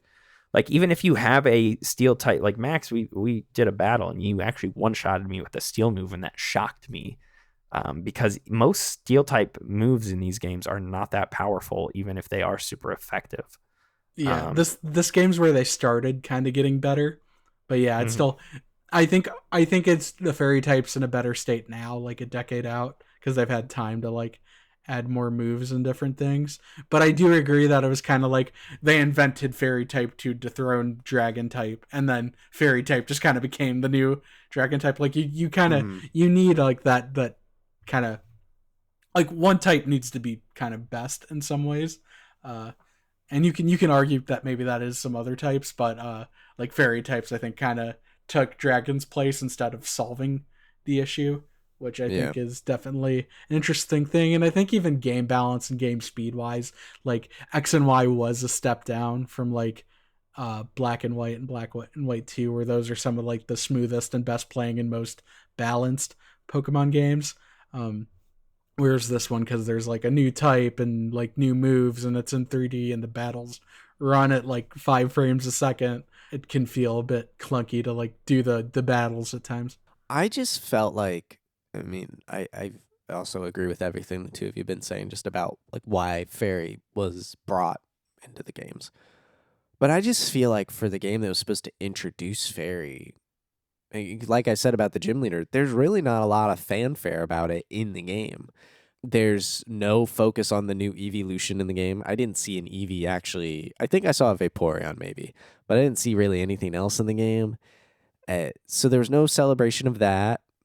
They should have probably made the starters steel, poison, like fairy or something like that. Like as their secondary types, so you kind of have an idea of how that works or something. Like I think that might have been a better way to kind of get the new type in on the ground level, where it's kind of like, oh, you're gonna see like this new type early on, and then like a check for it early on. So yeah, it just for that. It just felt almost kind of like we'll just throw this in here to change the balance on certain things, but we won't like super celebrate it. It just felt kind of lackluster in that way. Granted, it has been 10 years since its introduction, which just feels way longer than. I mean, when you say it, it sounds like it's been a long time, but it feels like Fairy just came out sometimes to me. I think we're just getting older. Yeah, that's probably what it is. So, yeah, it's interesting, and I would love to see another type enter the fray, I think, just to shake things up again, but then we'll probably have the same problems and we'll be complaining about it anyway. So, it's probably really tough over there. Yeah, one issue in this generation too is I didn't find most of the fairy types that compelling. Like I used a Florges, but like Florges could have also been a grass type or something. You know what I mean? A lot of them, like the birds, could have been flying type. So I think it took them like another generation or two before they finally started like making fairy types that are kind of more like oh, okay, I understand type. Why this is a fair like a pure fairy type or a fairy type. Or finding ways to like make it a secondary type that it's like, oh, here's a fairy with a huge hammer, so it's fairy steel. That's the thing that I have an issue with as well, is that like, why isn't Florges a grass type as well? Like it can learn all these grass moves. It clearly should have that as a secondary typing or something. It strikes me, yeah. It probably was one at some point in development. And then they were like, oh, we probably should have like an early game pure fairy type to introduce it. But then not only that, they go back and they retroactively change other Pokemon from the past, and they're like, I understand this thought process, and they've done this previously. They did this with Gen 2 as well. But like some of the Pokemon they've chosen from previous games to then make fairy types, it's like I think of like Meryl and Azumarill. It's like, oh yeah, that's a fairy type now. It's like, where did you get that from? Like what? Like I don't really understand how they have chosen which ones are going to be fairy types and which ones aren't. Because I mean, again, previous ones just sort of made sense, like when they introduced steel, it's like, okay, well, like Magnemite should now be a steel type as well. That's just duh. Like it looks like that, but where did you get some of these other ones from now that are now fairy types? So, yeah, I mean, overall, like I do think fairy typing has become.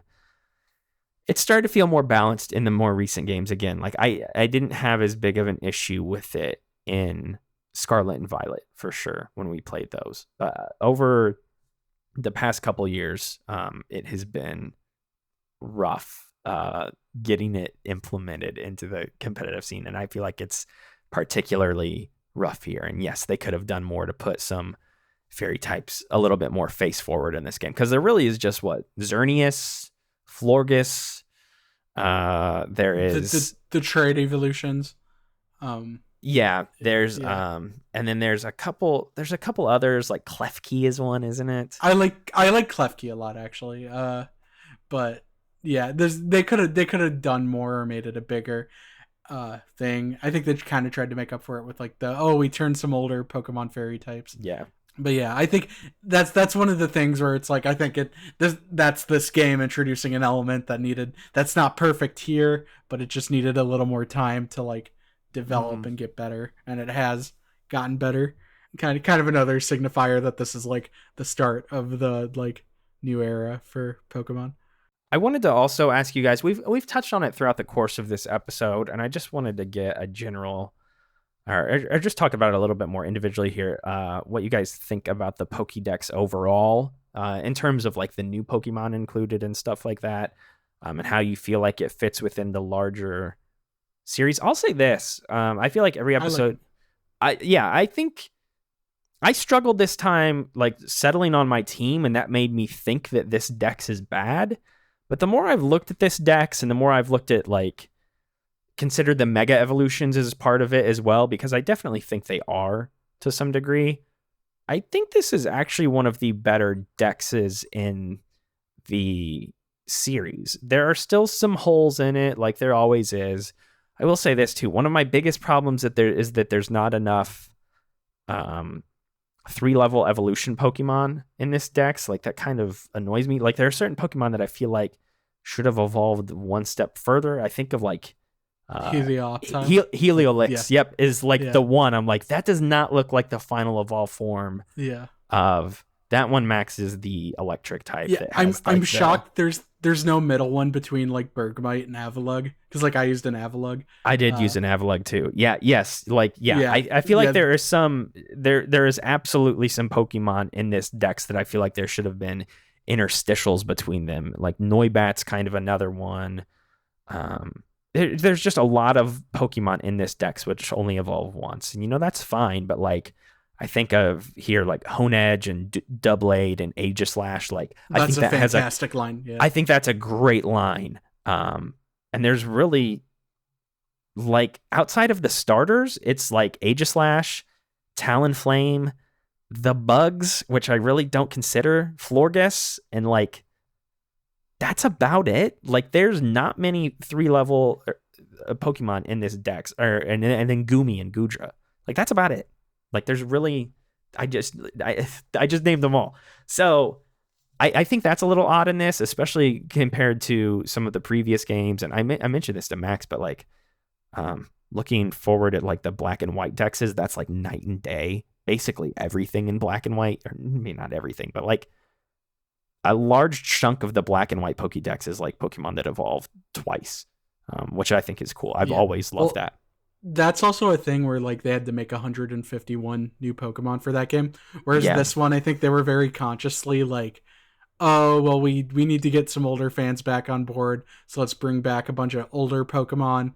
And then we're gonna have like new Pokemon still, but it's gonna be like a less amount than before. And that probably meant like some 3-stage lines became 2-stage lines, and that or they just set out to make two-stage lines. So I think that's kind of more of a thing where it's like, do you want like more 3-stage evolutions but less Pokemon overall that are like new, or like do you want like more like new families of Pokemon?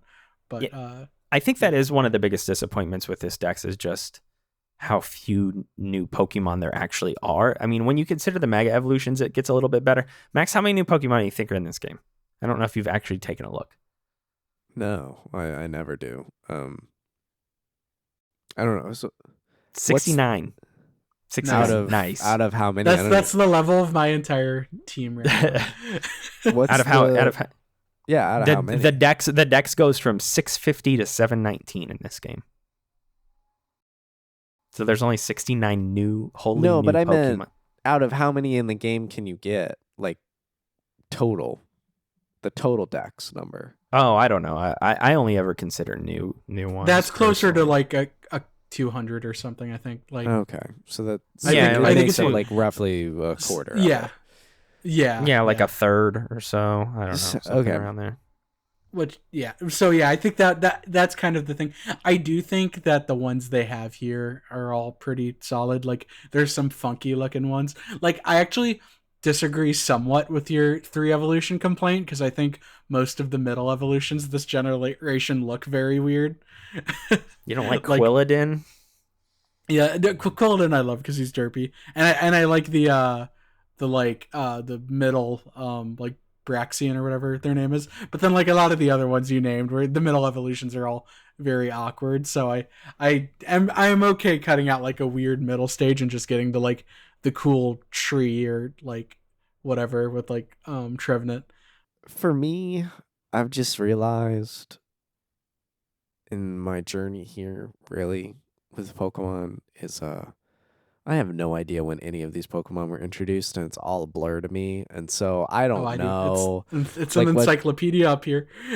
Yeah, I'm actually been impressed that I'm starting to recognize some names actually, and like, oh, I know what this is, or I've seen this before. So I'm getting like slightly better, but Logan, he'll always be like, look at, how many of these are new, or what are you using that's new from this team? I look at Cerebi constantly when we play these games. Well, I'm looking at Cerebi as well, but I just look at the game's decks in order. So that's like what they have sections on Cerebi where you can categorize it by just new Pokemon. Yeah, but I don't like the way that's laid what out. I don't like that page on those sites. I like just the decks in order. I just want to know what's in the game.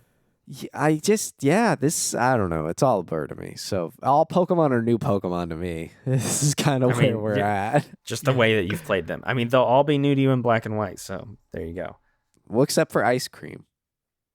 I'm aware. Vanillix is an amazing design. I'm aware of Ice Cream. That's a whole debate. Well, I guess what I'm saying is like they'll all be new to you in the sense that like you'll have Pokemon that are inherently quote unquote new to that region or gen or whatever, because that's the only option you have in black and white here.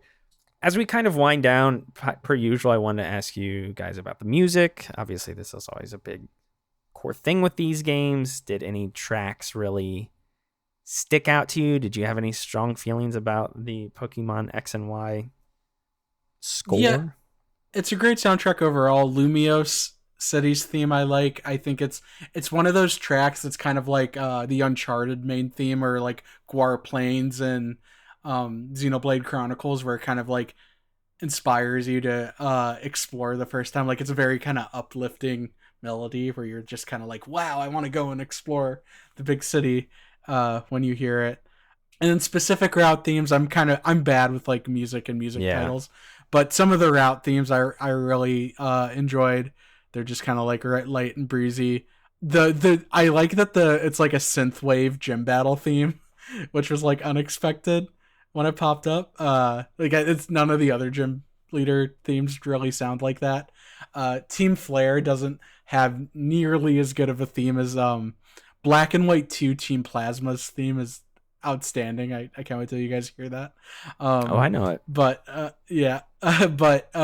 still, I think the Pokemon games always have great music, and I think that's one thing that wasn't sacrificed at all. In this like jump to 3D, the music's still great. Yeah, I also wrote down a comment on the gym leader theme. It felt like a song that just kept building but never resolved, which is, I think, actually not terrible for a gym battle theme, because the resolution would be you winning, not necessarily losing. Sword and Shield, I think, did a better thing like that, where it's like it's building a crowd over the course. Oh, the crowd is great. The crowd is awesome. You kind of see the groundwork for that here almost, and how that builds. I wrote down that I like the Route 15 music. Now, sitting here, I don't remember what that sounds like. And as you're listening to this, you're going to hear Route 15 beneath my voice. So hopefully you like it too. But I couldn't tell you even where Route 15 is. It's probably... Shout out to Route 15. Yeah, shout out to the Route 15. So yeah, it's good. I also like the Power Plant tune. I wrote it was very grooving and smooth. Oh yeah, the Power Plant is a good one. I do not think... Oh, I also like the emotional one when AZ's Pokemon comes back. Like, I think that's... I always think Pokemon does good piano numbers. The 3,000 year song, as we'll call it. Yeah.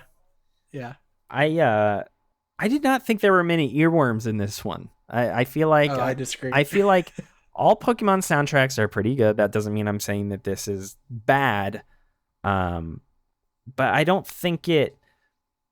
I'll say this too. I think a lot of this comes down to my feelings on how sound is used with the 3DS. There is like a crunchiness and like a limitation to the sound effects on Game Boy Advance, and DS. And I feel like as they started to expand the sound capabilities here on the 3DS further, obviously they were able to do more. But I feel like something was lost in, like you mentioned, like they started getting into like weird like synthwave stuff, and that's like cool. And I think that there are some good tracks in this game that do that. But there's something inherently not Pokemon vibey about it to me. At the same time, I don't know if that makes any sense. I think they got more experimental. Like, this was a very experimental game. So I'm sure with the music, they were also like, hey, do some new things now that you have the 3DS's power. But yeah, I think that does make it one of the more distinct soundtracks looking back. Like the some of the themes. Like I actually don't remember it off the top of my head, but I just remember the Elite Four themes. Like there was something about it that stuck out to me too. So I think this has some of the like weirder themes for like the major encounters, which I think kind of makes its soundtrack stand out. And I've also played it so much where like the songs have kind of forcibly become earworms. Yeah. But like the Lumiose theme I think is like one of the all-timer Pokemon themes. Yeah, and I mean, per usual, the gym theme's good, the champion theme's good, the Elite Four themes are good. Like all the battle themes are great. Like you would come to expect. It's mainly like the areas in between the various towns one of the ice-based cities. The final one you go to is Snowbell. Yeah, I think that one's got a good song. Any of the snow-based towns. If you have a snow level, it has to have a good song. Yes. Yeah, well, it's because they all suck to play, so you need to calm the player down with music. So yeah, all of those I thought were good. Other than that, yeah, just not as memorable for me. But again, I didn't remember large swaths of this game until we played it this time around here. So I think that's it. If we want to talk about Legacy, was there anything else that either of you wanted to talk about generally with this game before we kind of wrap up here? Yeah, I've said this multiple times, but this is really like, I think whether you like the games or not, like you can recognize that this is a very important Pokemon game. Like this is kind of, if you were to split the Pokemon series into like two halves, like there's before X and Y and there's after X and Y, and I'm curious when that next split's going to be. That next split's happening now. I think it's happening now. Yeah. I think Legends Arceus might have been the start of that. Yep. Definitely. But I think I just think it's an interesting game to look back on, see their first attempt at all these different things like Mega Evolutions, Fairy type, like battle gimmicks, and see even the issues that they still have, like issues we all have with Pokemon X and Y. You can probably also apply to like every game that's come since. So I think this was kind of the first game that exposed a weakness of Game Freak. Even as someone who likes these games, I can recognize that like the jump to 3D brought a lot of downsides that the series has never fully been able to shake off in terms of things like performance, and like a focus on battle gimmicks. But like still, I think it's a game that shouldn't be overlooked as much as it is, because it is one of like the weirdest and yet like most important games in the series. Yeah, it's so clear to me. It's like you said, Tomas. It really is the dividing line, and it feels almost obvious when you think about it in the context of when it came out. It was the jump from the DS to the 3DS. They really were pushing. This is kind of like, the 3D console-ish version of Pokemon, but in your hands on the go, which is so ironic considering what the Switch would ultimately become and give us. But even though this game has pacing problems or sometimes just doesn't really hit, or it's easy to get lost in Lumiose City, or the villains are pretty goofy in this game, like even more than some normal sometimes for Pokemon. It is a dividing line that has ultimately led to some of the coolest stuff in Pokemon that I've experienced so far in our journeys, whether it's these different battle mechanics. I think it is important to highlight the fact that this game truly brought the concept of Pokemon from every generation, bring it forward with Pokemon Bank and the virtual console versions of those original games having bank integration.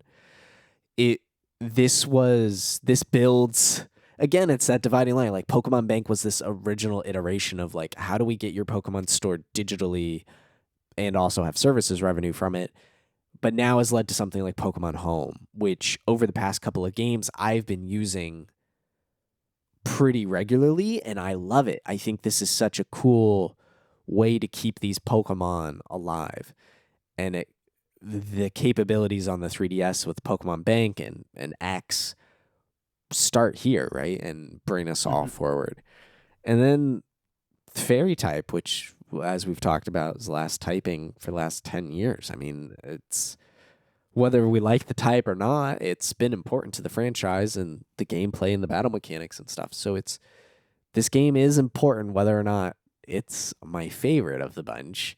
But it feels good to have gone back and actually finished it, because apparently I was really close last time when it came out 10 years ago. Yeah, I think Tomas really did hit the nail on the head when just with what he said in like this game's legacy. And like, yes, it is an important game, and it did kind of serve as a transition. Like, you think of the big transition games in the history of the Pokemon series, and you've got obviously the first ones, and then you've got Ruby and Sapphire, and then Diamond and Pearl, and then this is up there too, because any of those first games on new hardware are always big transition titles for the series. Yep. Except for Scarlet and Violet, which is kind of weird because they're coming at the end of this. Well, no, Sword and Shield though, first on Switch. And they had the. No, I know, but I guess what I'm saying is I would argue that Scarlet and Violet are two of the biggest transition games in the history of the series. That they're coming at the end of the life cycle of a console rather than at the start of a new one. Anyway, so yes, it is important. And they did introduce a lot of mechanics here that would go on to become more important later. Like we talked about how Mega Evolutions kind of paved the way for Z moves, which paved the way for Dynamaxing and Gigantamaxing and Terrasolizing. And so like a lot of how core Pokemon gameplay has developed has stemmed from this game in a big way. And so I think that this game definitely had a big impact on what Game Freak would go on to do next with this series.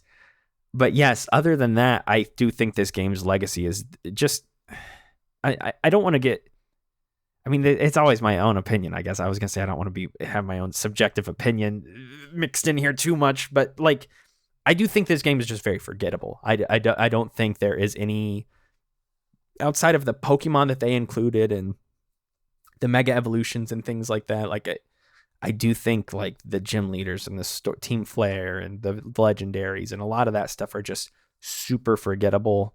Everything that has seen here has since been like improved upon. We've played a lot of Pokemon games this season, and like you would think that by the time we would reach the end of this that I would be like Pokemon'd out forever. But no, like there are other games that we have played this season that I think I would like happily go back to and play through once again with a new team and stuff like that. This is not one of them. I am fine from this point moving forward. If I never end up playing in either of these games again, I think that will be okay. Yeah, I think they had to be games. Like I said, like I said at the start, I played these like freshman year of high school. They were very formative. This was right when I was getting into like games super hardcore and consuming games media super hardcore. So it kind of just ingrained itself for me. I'm a big fan of, in the same way you're describing, like I'm a huge fan of Ruby and Sapphire. And I know some people don't like those games as much, but those are like my Pokemon games. I love those games. Sapphire's my favorite Pokemon game. Yeah. Like one of my favorite games of all time. Yes, I adore those games. So, and I know some people have problems with them, but like I'm ride or die for that gen. So yeah, I totally understand your own feelings and where you're coming from, but yeah, having played them all back to back in this manner for over the past year. Not all of them. I have done some of them close to each other somewhat before, but not what you guys have done here. It's very, very impressive. It's been fun, and we're nearing the finish line. This has been nearly a 2-year venture for us, to be honest, because we started. I think we started, Max. I mean, it'll be March closer. You reached out to me. You reached out to me about like 2 years ago, being like, "Hey, here we want you on the Pokemon." Yeah, show. I think it was last spring when we first played Fire Red and Leaf Green. Yeah. So it's been not 2 March-ish. years, but we're getting about 18 months. Yeah, So- no, it's been a long time coming, a long time planning, and a whole lot of Pokemon catching. Well, I think that does it for our discussion on Pokemon X and Y. Thank you all so much for listening. If you'd like, you can check out more of the show over at chapterselect.com with all our other seasons. Tomas on season 1, he's been with us from the beginning. He did an episode on Pokemon Color Splash with us, and there's all those other episodes. Paper Mario. What did I say? Pokemon Color Pokemon Splash, Color Splash. which I would like to see. There you go. Paper Mario Color Splash. And, that's kind of coming back with Thousand Year Door, so that'll be exciting. But you can check out the show. You can listen to it wherever you do. And then check out Super Chapter Select for longer episodes, exclusive episodes, and bonus videos. We've got our battles for Pokemon all season long. We just recorded our Pokemon X and Y battle the other 2 nights ago or something, so that was really fun. So sign up is just $2.50 a month or $20 a year. So you can check that out at listeningwithsuperpower.com. If you'd like to follow Logan on Twitter, you can over at Moreman12 and his writing over at comicbook.com. You mean X? At X. God, stop it, please. It's Twitter. I can't do it. I can't say it. You can follow Tomas over on Twitter at Tomas Franzese and his writing over at Digital Trends. He's got a couple of reviews coming up soon, so you can check all his work out over there. And if you like, you can find my work over at maxfrequency.net and then my other show, the Max Frequency Podcast, which Tomas has been on as well, and Logan. But Tomas is the guest here, so he's been on the show too. You can check that out. But thank you all so much for listening, and until next time, adios. Chapter Select is a Max Frequency production. Chapter Select is supported by you. You can gain access to longer episodes and bonus content by going to chapterselect.com/join. This episode was researched, produced, and edited by me, Max Roberts. Season 6 is hosted by Logan Moore and myself. Season 6 is all about Pokemon. For more on the season, go to chapterselect.com/season 6. You can follow the show at Chapter Select and check out previous seasons at chapterselect.com.